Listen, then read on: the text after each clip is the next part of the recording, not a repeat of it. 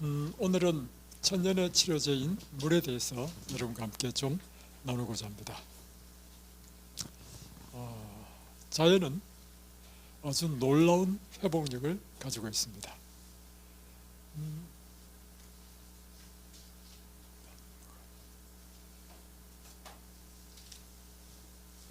예, 오케이. 제가 옛날에 살던 동네에 여름에 비가 엄청나게 왔습니다. 그리고 천둥이 치면서 이 산이 물을 흠뻑 먹은 상태에서 천둥이 치니까 땅이 흔들려 가지고 산사태가 일어났습니다. 그래가지고 그 골짜기에 흙과 돌과 나무가 뿌리채 뽑혀가지고 막 쏟아져 내려왔습니다. 이야, 그 산사태 무섭습니다. 근데 우리가 산 밑에 살았고, 우리가 사는 동네 이름은 하늘 땅끝이라는 동네 이름입니다. 그러니까 더 이상 동네가 없는 곳이라는 뜻이죠. 근데 이제 산 밑에 살다 보니까 이 산사태 난 이 흙과 물과 돌과 나무가 떠내려오는데요, 사람 키 높이보다 더 높이 이렇게 오는 거예요. 와, 엄청 무섭습니다. 근데 몇 군데 났냐면 그해 여름에 3군데나 산사태가 났어요. 이제 비가 그치고 제가 산에 올라가 보니까 완전히, 이건 지금 우리 있는 그곳이 아니고요, 다른 데 찍은 겁니다. 골짜기 전체가 움푹 빼져 있어요. 빨간 황토만 보이는 것입니다. 이야, 저거 언제 저렇게 회복되지? 이거 이 흉물스럽게 짝이 없는 것입니다. 와, 그런데요, 놀라운 일이 나더라고요. 한 해 두 해, 세 해가 딱 지나면서요, 완전히 옛날의 모습으로 바뀌어버렸어요. 나무가 나고 풀이 나고 해가지고 완전히 그 산사태 난 것이 흔적이 없었어요. 야, 저는 그때 이 자연의 놀라운 회복력이 얼마나 큰지를 보게 되었습니다. 그러다가 또 우리 집 뒤에 산에 또 불이 났습니다. 산불이 났습니다. 그 아주 위험한 상황이죠. 이제 거기는 그린벨트 지역이라서 아무나 집을 지을 수 있는 곳이 아닙니다. 그런데 한 사람이 불법으로 산 밑에 이제 뭐 조그만 오두막집을 짓고 겨울에 불을 피우다가 불이 붙어가지고 산으로 번진 겁니다. 그 헬리콥터가 막 물 바가지 있는 헬리콥터 알죠? 헬리콥터 떠가지고 헬리콥터로 물을 붓고 뭐 난리 났습니다. 이야, 그래가지고 지금 이것도 그 사진이 아닌데요, 우리가 이제 딱 보면 우리 집이 있으면 집 뒤로 배산 임수라고 산들로 빈 둘러 쌓였거든요. 근데 이 산들이 한 반쪽이요, 전부 다 시커먼 거야. 불타면요, 이게 그 얼음 때문에 이 시커매져. 와, 정말 흉물스럽게 짝이 없는 것입니다.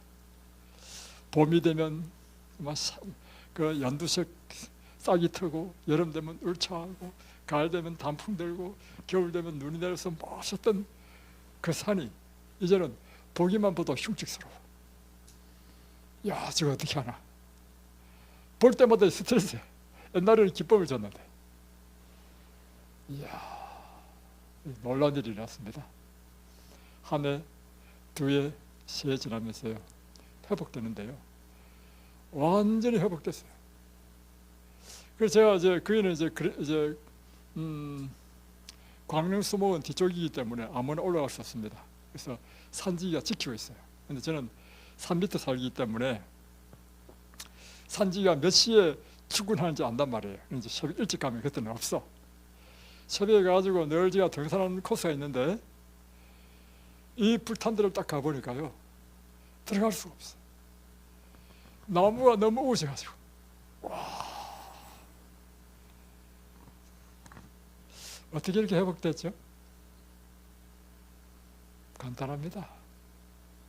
날마다 비가 오고, 때때로 비가 오고, 햇볕이 쬐이고, 바람이 불고, 바람을 따라서 뭐 씨가 떨어지고, 그리고 그곳에서 싹이 나고, 하나님께서 전기를 보내셔서 쌀을 튀고 봄이 지나고 여름이 지나고 가을이 지나고 하면서 자고 깨고 자고 깨고 하는 중에 오늘도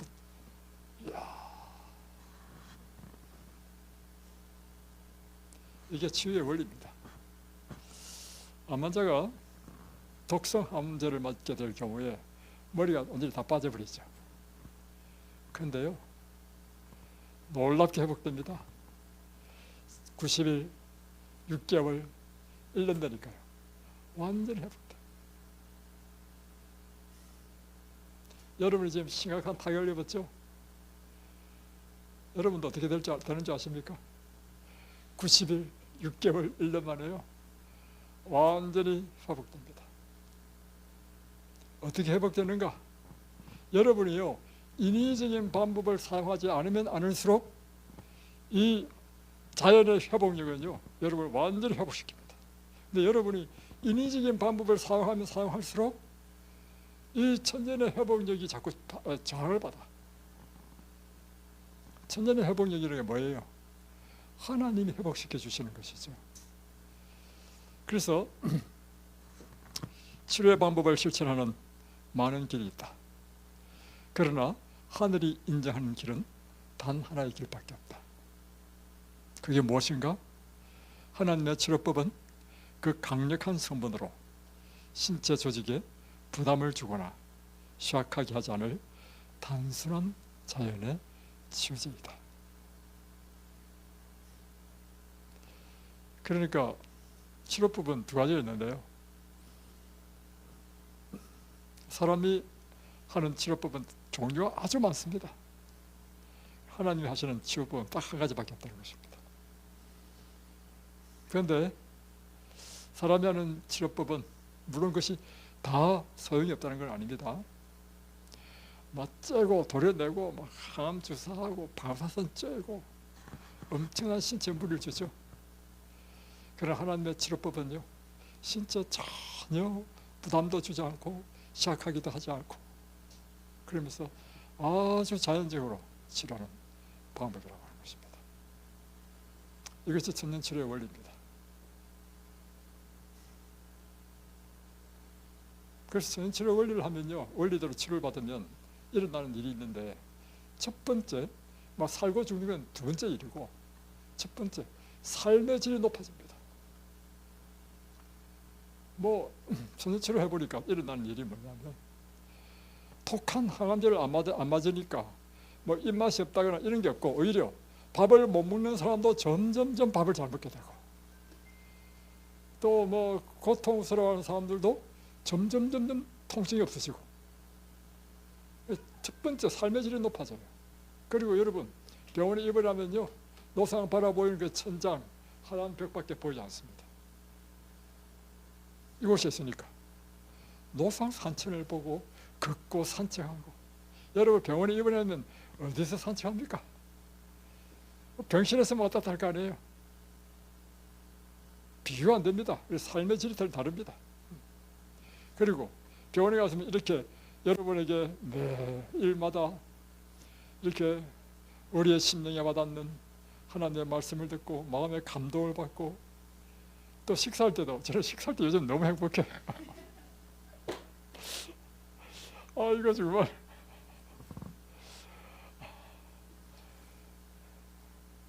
이게 천년치유의 놀라운 매력입니다. 그래서 이 천년의 자연치유력이 뭐냐? 깨끗한 공기, 햇빛, 절제, 휴식, 운동, 적당한 식사, 물의 사용, 하나님의 능력을 의지하는 것, 이것이 참된 치료자라는 것입니다. 때로는 사람들이 이렇게 생각합니다. 이제 잘 모르는 사람이 전화 온단 말이에요. 이덴벨리죠? 네. 사람들이 추천해서 전화했는데요, 그러니까 뭘 해줍니까? 그럼 이제 할 말이 없어. 해주는 게 별로 없어. 맛있는 밥 해주고 강의해주고, 그리고 이곳에서 본인들이 운동하도록 하고 일찍 자고 일찍 일어나고. 많은 사람들이 그 실망을 많이 하고요. 그렇습니다. 그런데 놀라운 사실은 아까 이야기했죠. 산사태 안 나고, 그리고 막 그냥 산불이 나가지고 막 흉악스럽게 되고, 그처럼 여러분 몸에 막 방사선으로 막 태우고, 또 째고, 항암주사로 막 독으로 막 그렇게 해가지고 밥도 못 먹는 사람이 오시면요, 어떤 분이 오셨냐면, 이 어떤 사람은 수술 못하는 암도 있습니다. 귀 밑에 어떤 암이 생겨가지고요, 이런 수술을 못하는 위치야. 그런데 이제 방사선을 할 수 있다는 거야. 그래서 방사선을 이제 다 쬐고 나서 이제 여기서 오셨어요. 보니까 이 벌게 목까지 이렇게 전체다. 와, 방사선이요. 아주 왜냐 방사선은 태워서 이제 암을 없애는 거잖아요. 이분이 이렇게 하다 보니까 침샘이 다 죽어가지고요, 침도 안 나오는 거라. 밥을 못 먹어. 침이 나야 밥을 먹을 수 있지. 밥을 넣으면 모략이야, 모략. 그래서 밥도 못 먹더라고. 이것이 한 달 계시면서요, 다 침도 나오고 밥도 잘 드시고 다 회복되고. 하나님께서 주신 참된 치료제는요, 이같이 하나님께서 이 천년 가운데 주신 이 은혜, 선물들, 참된 치료제들로 통하여 우리를 치료하시는 것입니다. 이것을 우리는 뉴스타트 건강생활이라고 합니다. 그 중에 오늘은 물에 대해서 한번 보겠습니다. 사실 우리 몸은요, 물로 되어 있습니다. 우리 몸의 한 60%, 65%는 물입니다. 알고 보면 우리는 물통입니다. 근데 우리 몸의 기관 가운데 물이 가장 많은 기관이 어딘가? 저 의외로 보게 됐는데요, 우리 생각에는 혈액이 물이 제일 많다고 생각되잖아요. 그죠? 혈액보다 더 많은 것이 물이야, 물. 혈액은 94%고, 브로 94% 돼 있죠. I 95%. 와. 그리고 뭐 심장 75%, 건중에도 75%, 심지어 뼈에도 22%는 물이라고 하는 것입니다. 그래서 사실은 우리 60쪽의 세포는 다 물로 채워져 있고 또 물로 쌓여져 있다는 것입니다. 그래서 이 물은 생명의 원천이라는 것이죠. 수분이 부족하게 되면 일어나는 일은 신진대사가 안 됩니다. 왜냐하면 모든 것은 피가 흘러다니면서 우리 몸에 산소와 영양을 공급하고, 피가 온몸을 순환하면서 또 대사작용을 다 일으키죠. 세포에 산소와 영양을 공급할 뿐만 아니라 호르몬 작용, 이런 것도 혈액을 통해서 전달됩니다. 또 뭐 림프계, 이런 면역체계도 다 알고 보면 물이야. 그래서 이 수분이 부족하게 되면 일단 순환이 잘 안 돼. 그럼 세포 재생력과 세포의 기능이 떨어지는 거죠. 세포의 기능이 떨어지면 우리 몸 전체의 기능이 떨어지는 것입니다. 우리 몸이 세포로 이루어졌기 때문에. 그래서 우리는요, 복잡하게 생각할 필요 없이 우리 몸을 이루는 세포가 가장 잘 기능하고 가장 건강한 상태에 있으면 우리 몸 전체는 건강한 거라.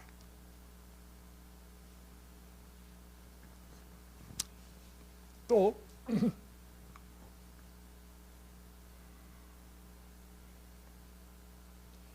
세포 속에서 일어난 일이 뭐냐면, 날마다 에너지를 생산하죠. 당을 넣고 미토콘드리아에 또 산소가 들어가서 태우죠. 그러면 에너지를 냅니다. 그런데 에너지를 내면 반드시 따르는 게 있어요. 찌꺼기가 있습니다. 찌꺼기. 그 찌꺼기가 바로 산화물을 해요. 보다 더 쉽게 표현하면 노폐물입니다. 그러니까 우리는 정상적으로 밥을 먹고 신진대사 가운데서 일어나는 일이 뭐냐면 노폐물이 계속 생기는 것입니다. 이 자연스러운 일이죠. 우리가 밥을 먹으면 항상 노폐물이 뭐예요? 변으로 소변으로 나가잖아요. 똑같이 우리 세포 속에서 그것이 일어나는 것입니다. 그러면 이 세포가 건강하려면 어떻게 해야 됩니까? 치워줘야, 청소해줘야 돼. 노폐물을 청소하는 것이 물이라고요. 그래서 물을 안 드시면요, 노폐물이 청소가 안 되면 그 노폐물이 결국에 뭐가 될까요? 독이 되는 거라. 그래서 우리 몸의 세포 내에 미토콘드리아를 파괴시키고 핵을 파괴시키는 독소가 될 수 있다는 것입니다. 마치 이와 같은 것입니다. 우리가 가정에서 어제 변기 좀 지저분한 이야기지만 변을 봤습니다. 그런데 물을 내니까 물이 없어서 물로 안 내렸어. 그럼 어떻게 될까요? 냄새가 나고 그 냄새뿐만 아니라 그것이 이제 병균이 들끓겠죠. 이제 밥을 먹었습니다. 밥을 먹으면 반드시 뭘 해야 되죠? 예, 밥 먹으면 반드시 또 쓰레기 생겨. 우리의 삶 자체가 그런 것입니다. 근데 설거지를 해야 되는데 물이 안 나와. 못했어. 그러면 이 집안은 어떻게 될까요? 냄새에다가 거기다가 병균이 들끓고 질병이 생겼죠. 우리 몸의 세포에 물을 충분히 공급해주지 아니하면 일어나는 일이요, 몸에서 냄새 납니다. 그뿐만 아니라 이제 그 노폐물들이 독이 되어서 우리 몸에 질병을 일으킨다는 것입니다. 그래서 이제 암 환자는 물을 잘 마셔야 됩니다. 암 환자뿐만 아니라 모든 질병에 걸린 사람은 물을 잘 마셔야 독소를 계속해서 씻어낸다는 것입니다.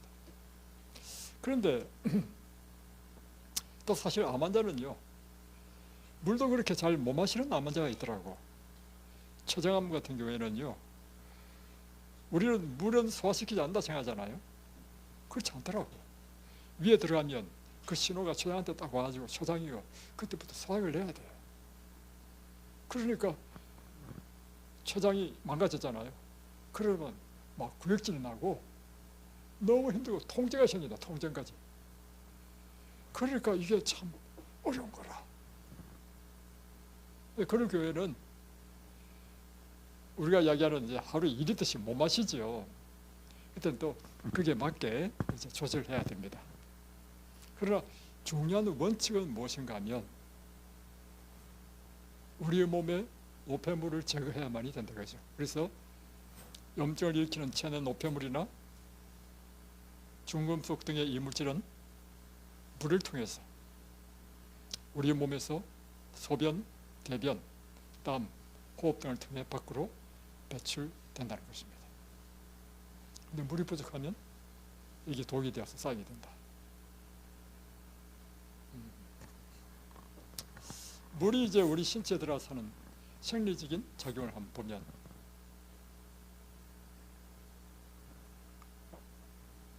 첫 번째 체액의 균형을 유지하죠. 우리는 수분이 최소한 60% 정도 있어야 됩니다. 65%. 어린아이 때는 수분의 비율이 더 높고, 나이가 들면 들수록 수분이 줄죠.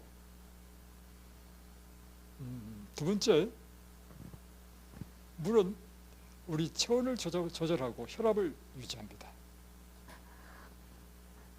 그래서 혈압 환자들은요, 물을 잘 마셔줘야 됩니다.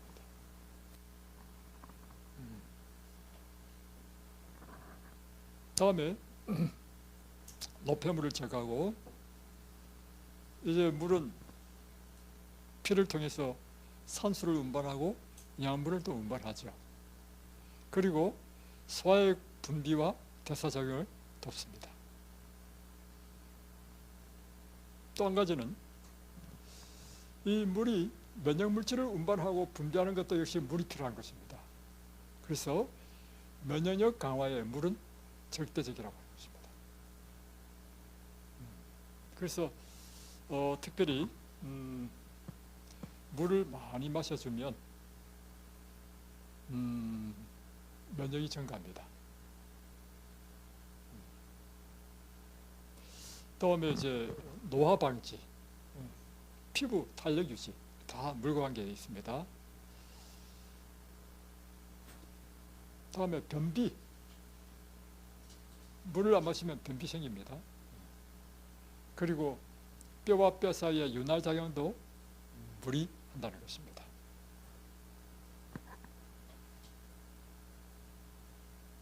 근데 대신에 물이 부족하게 되었다. 이러면 그때부터 여러 가지 일이 생깁니다. 첫 번째, 두통이 일어나고 인내심과 집중이 떨어지죠.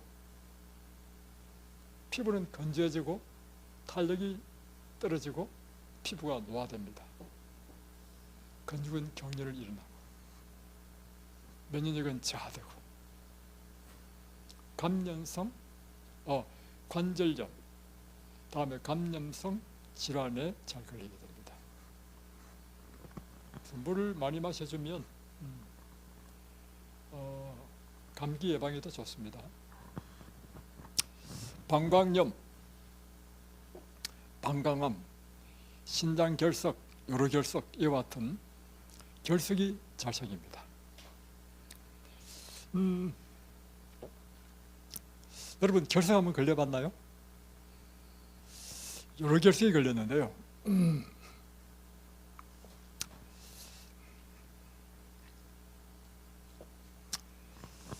이 잠을 자다가 굉장히 아픈 겁니다. 그래서 너무 아파가지고 체했나 싶어가지고요. 우리 교인 중에 체했을 때 잘 따시는 분이 계셔요. 밤중에 그분을 또 불렀습니다. 손과 발을 다 땄습니다. 그런데도 엄청 아픈 겁니다. 할 수 없이 이제 병원에 갔죠. 야간에 가까운 이제 백병원 응급실에 갔습니다. 그러니까 야간 당직 의사가 있었는데 당직 의사가 이제 뭐 진통제를 줬어요. 그런데도 이 진통이 안 묻는 겁니다. 그래가지고 도저히 안 돼가지고 다시 이제 차를 타고 저 삼육의료원으로 갔습니다. 그런데 의정부 백병원에서 삼육의료원까지 한 20분 정도밖에 안 걸리거든요. 근데 얼마나 아픈지 20분이요 막 천리같고, 저는 이런 경험 처음 해봤습니다. 두 무릎이 내 의지와 관계없이요, 그 마치 다니엘 소장이 나오는 것처럼, 벨사살 왕이 한 것처럼 두 무릎이 막 부딪히는 거라. 그리고 이빨이요 내 의지와 관계없이 막 탁탁탁탁 부딪히는 거라. 와. 그래서 이제 드디어 삼육의료원에 왔어요. 오니까 그 삼육의료원 응급실에 갔더니만 그 간호사가요 딱 보더니만 결석이네요. 한눈에 딱 알고는요 결석에 맞는 또 주사는 달라. 그 주사를 하면 딱 나니까 통증이 사라지고 잠이 확 들었어. 제가 그래서 내린 결론이 있습니다. 삼육의료원의 간호사는 의정부 백병원 의사보다 더 낫다. 탁 맞으니까 그때부터 통증이 없으면 잠을 탁 잤어. 그 다음날 이제 사진을 찍어 보니까 요로 결석이에요. 요로에 돌이 생겼다는 거예요. 그러니까 이제 의사가 다음 날 이제 이거를 레이저로 이제 해가지고 깨트린다는 것입니다. 근데 이제 그러니까 이제 금요일 날 저녁에 일어났고, 다음에 이제 토요일 날에 제가 병원에 이제 있었고, 일요일 날 이제 그거로 이제 한다는 거예요. 그러니까 이제 토요일 날 이제 제가 이제 병원에 딱 입원해서 있으니까 예배를 마치고 우리 교인들이 막 전부 다 왔어요. 제가 늘 방문만 다니다가요, 방문을 받아 보니까 엄청 기분 좋대. 그래서 와가지고 이제 아프니까요, 오시는 분마다 각자 비법을 이야기해. 어떤 분은 결석이면 뭐 이렇게 하면 된다, 저렇게 한다면 된다는데, 그 말씀 가운데 어떤 분이 이런 이야기 했습니다. 결석에는 맥주를 먹고 마시고 막 들고 뛰면 결석이 빠진다는 거예요. 근데 내가 이제 교인으로서 맥주를 마실 수 없고, 가만히 해보니까 그다음 일요일 아침에 새벽에 일어나가지고 물을 잔뜩 마셨습니다. 맥주 대신에 물을 잔뜩 마신 다음에 삼육의료원 뒤에 디산이 있어요. 다 떼버리고 디산에 가지고 쭉 뛰습니다. 막 들고 뛰고 막 이렇게 하고 막 뛰단 말이에요. 물을 잔뜩 마셨으니까 막 소변을 마려워 갑자기. 그래서 또 달려와가지고 소변을 넣었어. 쨍그라. 그 수술 안 하고 그냥 왔습니다. 그 다음부터 제가 한 일이 뭐냐면요, 그 다음부터 물을 철저히 마십니다. 그 다음부터 한 번도 결석이 걸리지 않았습니다. 여러분, 물을 안 마시면요 결석 걸립니다. 물을 안 마시면 여러 가지 병이 많이 걸립니다. 방광염 뭐 다 관계되어 있어요. 그래서 물은 굉장히 중요합니다.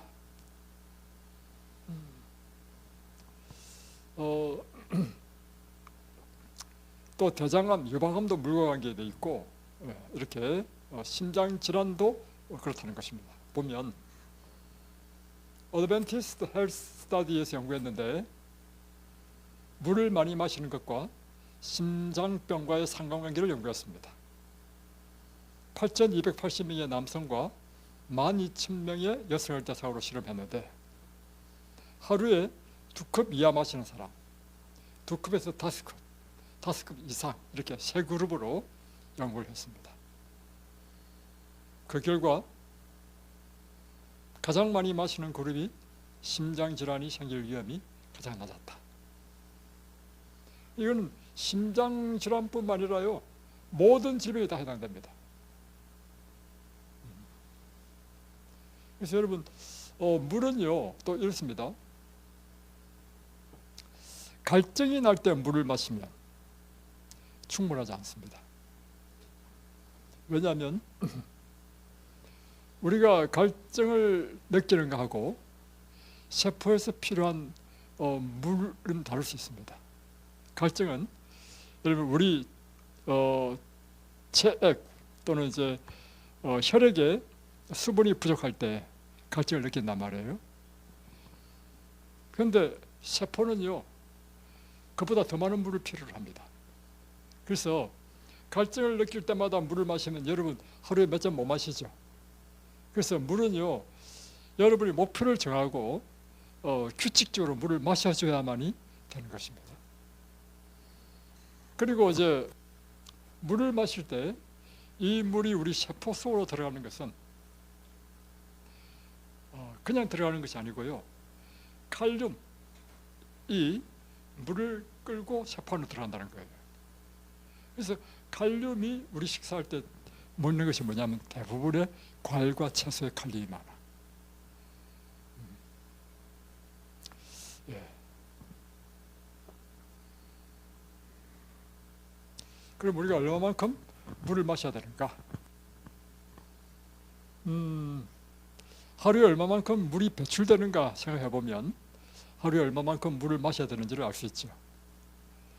대소변으로 배출되는 것이 1.6리터, 또 하루에 땀으로 배출되는 것이 0.6리터. 이거 뭐 계절마다 다 다릅니다.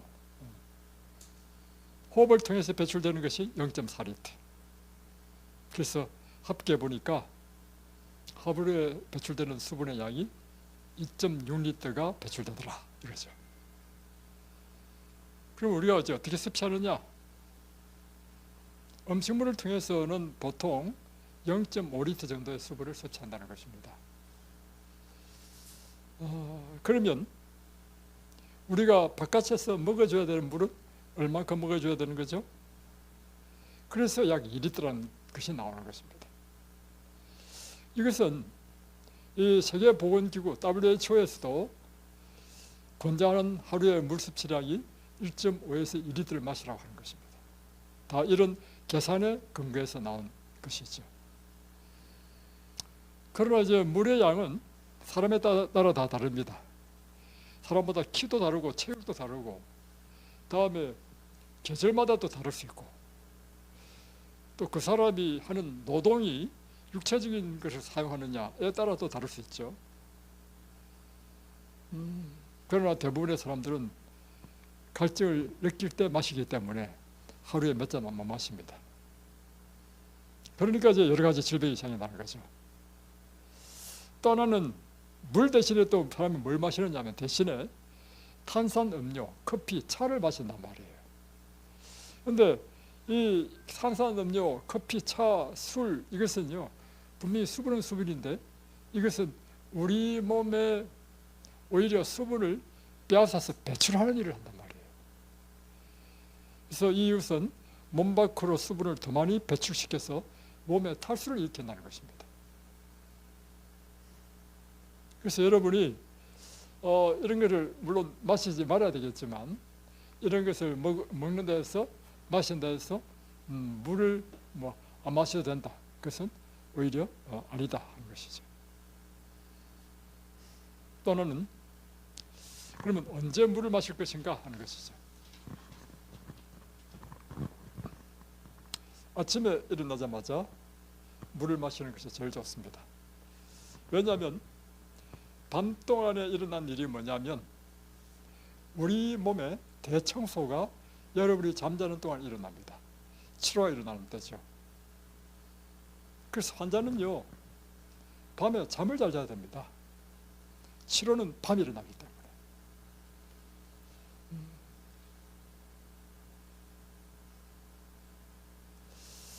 때문에 이럴 때요 우리 밤새도록 하는 일이 뭐냐면 우리 몸에 있는 노폐물들을 밖으로 밀어내요.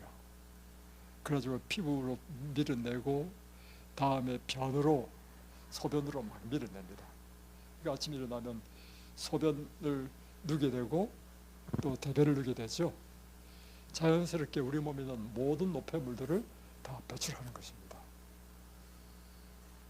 이럴 때 아침에 일어나서 양치를 먼저 하고 물을 쫙 마셔주면 이 물이요 우리 몸을 쫙 청소하는 거예요. 청소.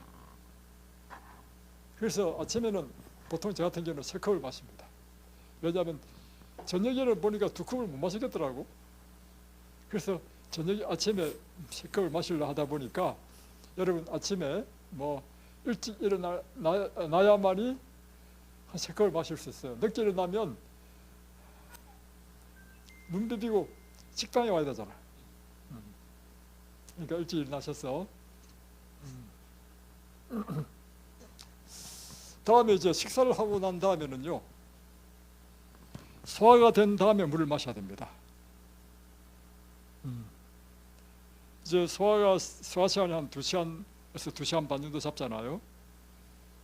그래서 그 이후에 물을 마셔줘야 되는데 밥을 먹고 난 다음에 물을 마시게 되면 좀 위에는 좀 위산 그리고 펩신이라는 이 소화제가 나와가지고 좀 소화시킨단 말이에요. 근데 물을 부어주면 소화액이 희석될 거 아니에요. 그럼 소화에 방해를 일으켜.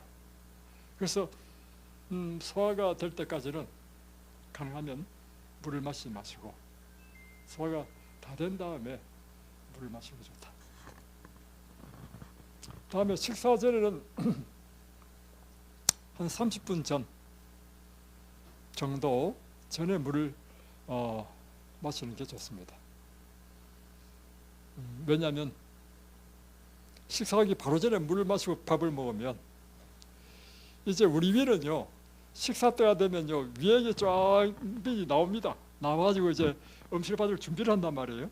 그런데 물을 쫙 마시고 밥을 먹으면 물 마셔버리면 위액이 희석돼 버려. 그 다음에 음식 들어가면 음식 소화에 방해를 받는다.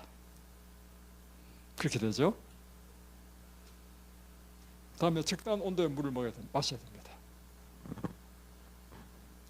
우리 한국에는 식당마다 찬물을 자꾸 주는데 찬물은 좋지 않습니다. 왜냐하면 찬물을 마시게 되면 위에서는요 먼저 뭘 해야 되느냐면 이 찬물이 우리 몸의 온도까지 데피는 일을 먼저 해야 돼. 그러니까 우리 몸에 활력을 뺏어가. 그래서 여러분이 물을 마실 때 가장 좋은 것은 뜨겁지 않는 따뜻한 물 또는 미온수 이런 물을 마시는 것이 좋다는 거죠. 그러나 이제 예를 들면 이것도 한여름에 너무 덥다 이럴 때는 찬물을 마시는 게 좋죠. 왜냐하면 이 찬물이 우리 몸에 열을 또 식혀주니까. 그래서 계절에 따라 여러분이 잘 판단하시면 되겠습니다.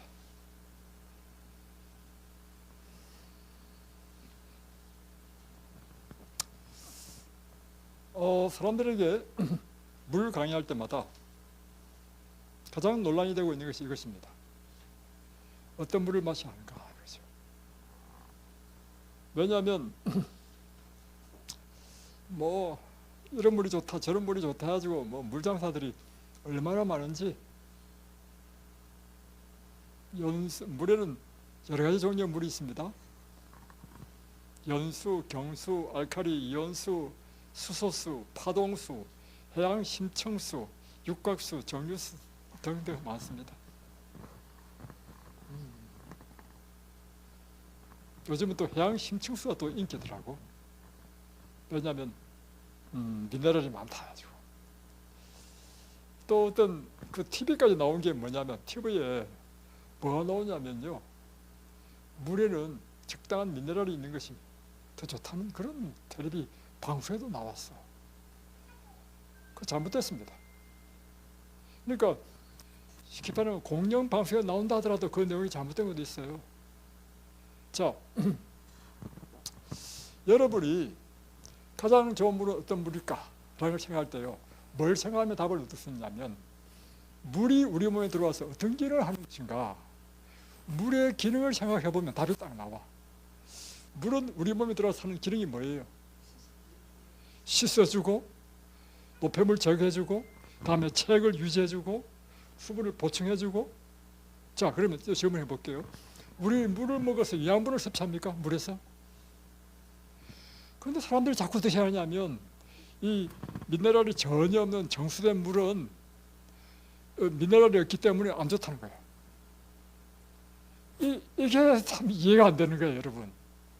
그 이야기는 뭐냐면 물을 마실 때 물에 있는 미네랄이 우리 몸에 흡수된다는 뜻이거든요. 물에 있는 미네랄은 흡수가 안 됩니다. 자, 미네랄이 우리 몸에 흡수되는 것은요 유기 미네랄일 때만 흡수됩니다. 물에 있는 미네랄은 다 무기 미네랄이에요. 이게 무슨 뜻이냐? 땅 속에 있는 철분, 마그네슘, 니켈, 망간 전부 다 무기거든요. 이거를 식물이 뿌리로 녹여가지고요 빨아들여가지고 아미노산 그리고 단백질 그리고 여러 가지 화학적인 작용을 통해 가지고 식물이요 유기 미네랄로 만듭니다. 그래서 이 유기 미네랄이 그 열매에 들어가고 잎에 들어간단 말이에요. 그러면 우리는 그 열매를 먹어서 어떤 미네랄을 먹냐면 유기 미네랄을 먹을 때 이것이 우리 몸에 들어가지고 우리 몸에 효소작용을 하는 사용할 수 있는 미네랄이 되는 것이지, 무기 미네랄, 다시 말하면 땅속에 있는 철, 그게 우리 몸에 들어와주는 아무런 걸 못한단 말이야. 그건 오히려 우리 몸에 독이야. 돌이야 배출해야 될 거야. 이게 당연한 거 가지고 사람들이, 어떤 사람 이거 와가지고 여기 정수기 설치되어 있네요. 이 말이 뭐냐면 왜 정수기를 설치했냐 이 말이야. 정수기는 미네랄을 그러기 위해서 하잖아요. 그거 잘 모르고 하는 얘기입니다. 염소를 가지고 실험을 했는데요. 이 동물들은요 본능적으로, 지난번에 이야기했죠. 이 흰살하고 다음에 흰살만 제가 밭에 뿌렸더니만 새들이 안 먹어. 왜 안 먹을까? 다음에 그래서 현미살을 뿌려봤단 말이에요. 새들이요 현미살만 골라서 먹더라고. 그래서 동물들은요 본능적으로 알아. 그래서 이제 염소를 가지고 실험을 했는데요. 뭐 여기 나오는 것처럼 뭐 해양심충수 무슨 수 쭉 했거든요. 다음에 빗물 뭐 쭉 했는데 염소가 이 물도 맛보고 저 물도 맛보고 하다가 결국에는 어떤 물을 딱 먹느냐면요 빗물을 먹는 거라. 빗물이요 사실은 이 순수한 H2O가 올라와가지고 비로 내려오기 때문에 이것이 땅 속에 들어가기 전에 무기 미네랄과 결합되기 전의 상태란 말이에요.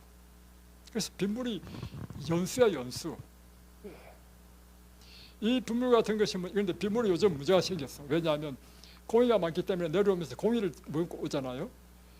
그러니까 이제 우리는 땅 속에서 걸른 것을 미네랄을 제거한 순수한 물이 우리 몸에 제일 좋은 물이다.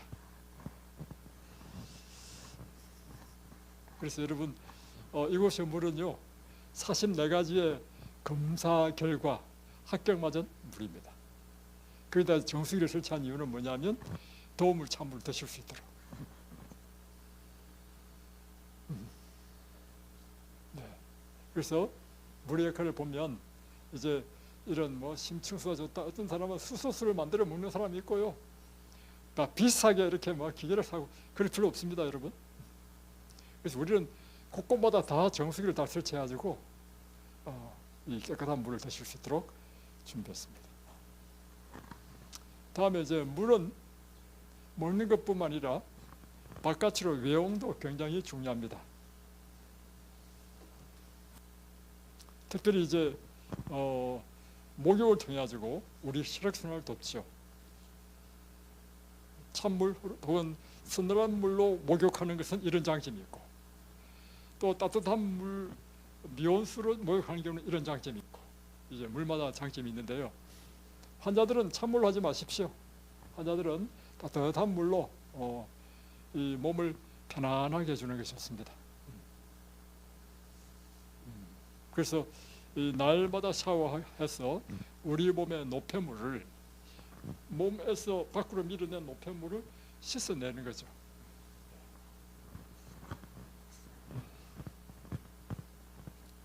그래서 날마다 여러분이 목표를 세우십시오. 하루에 2리터를 마셔야 되겠다. 마실 수 있는 사람은요.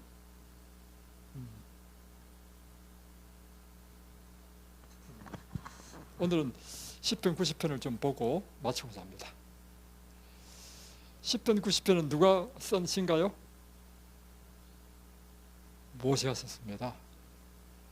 10편, 150편 가운데 모세가 쓴 시는 오직 이 90편 한 편밖에 없습니다. 읽어보면 이 시에 쓴 배경이 눈에 선하게 보입니다. 자, 보세요. 주여 주는 대대 우리의 거처가 되셨나이다.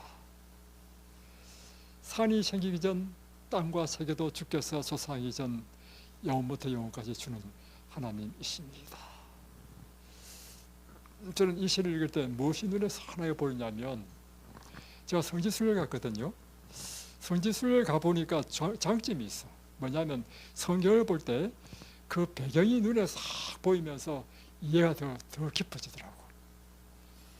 이 모세가 있었던 그 미디안 광야는요, 우리처럼 이렇게 환경이 좋은 곳이 아닙니다. 산들이 웅장하게 있고 그 산들이 전부 다 돌산이야, 돌산. 그래서 저는 이걸 볼 때 무슨 그림이 그려지냐면 웅장한 산들이 우뚝우뚝 솟아있는 그것을 바라보는 이 모세에게 어떤 마음이 들었냐면 하나님에 대한 경외심이 막 있는 거라.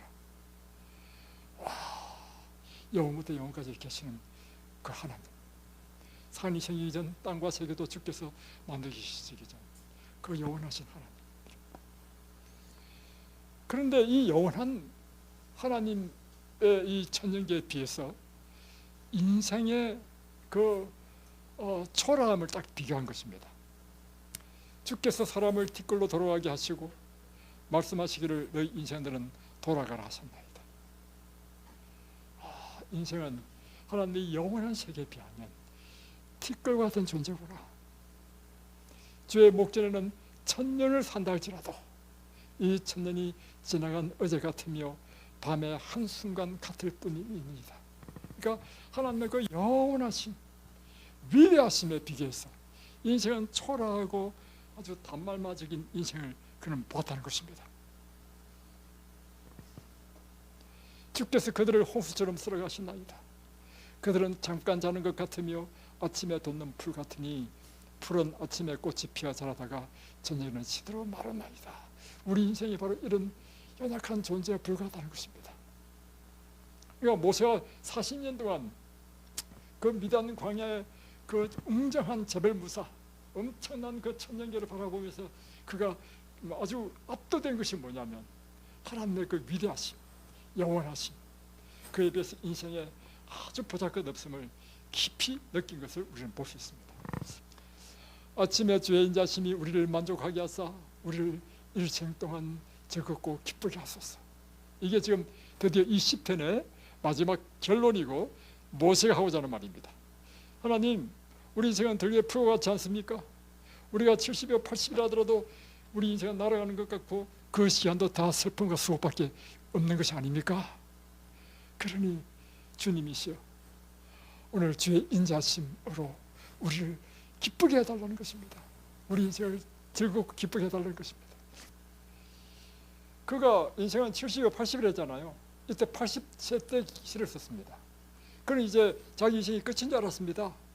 그런데 하나님께서 그의 기도대로 이제 그가 괴롭게 된 날수 40년 동안 이제 그의 인생을 참으로 기쁘고 즐거운 인생을 주셨는데 그게 이제 40년 동안 이스라엘 백성들을 출급시키고 놀라운 40년의 그 연수대로 하나님께서 그를 기쁘게 하신 것입니다. 주 우리 하나님의 은총을 우리에게 내리게 하사 우리의 손이 행한 일을 우리에게 경고하게 하소서. 우리의 손이 행한 일을 경고하게 하소서. 오늘 여러분 신앙과 고난 가운데 있지만 이 시편을 가지고 하나님께 기도하십시오. 내가 이렇게 고통당하고 있는데 이 연수대로 저를 기쁘게 해달라고. 그러면 모세에게 베풀으셨던 그 인자심이 여러분을 그렇게 인도하실 줄로 믿습니다. 기도하겠습니다.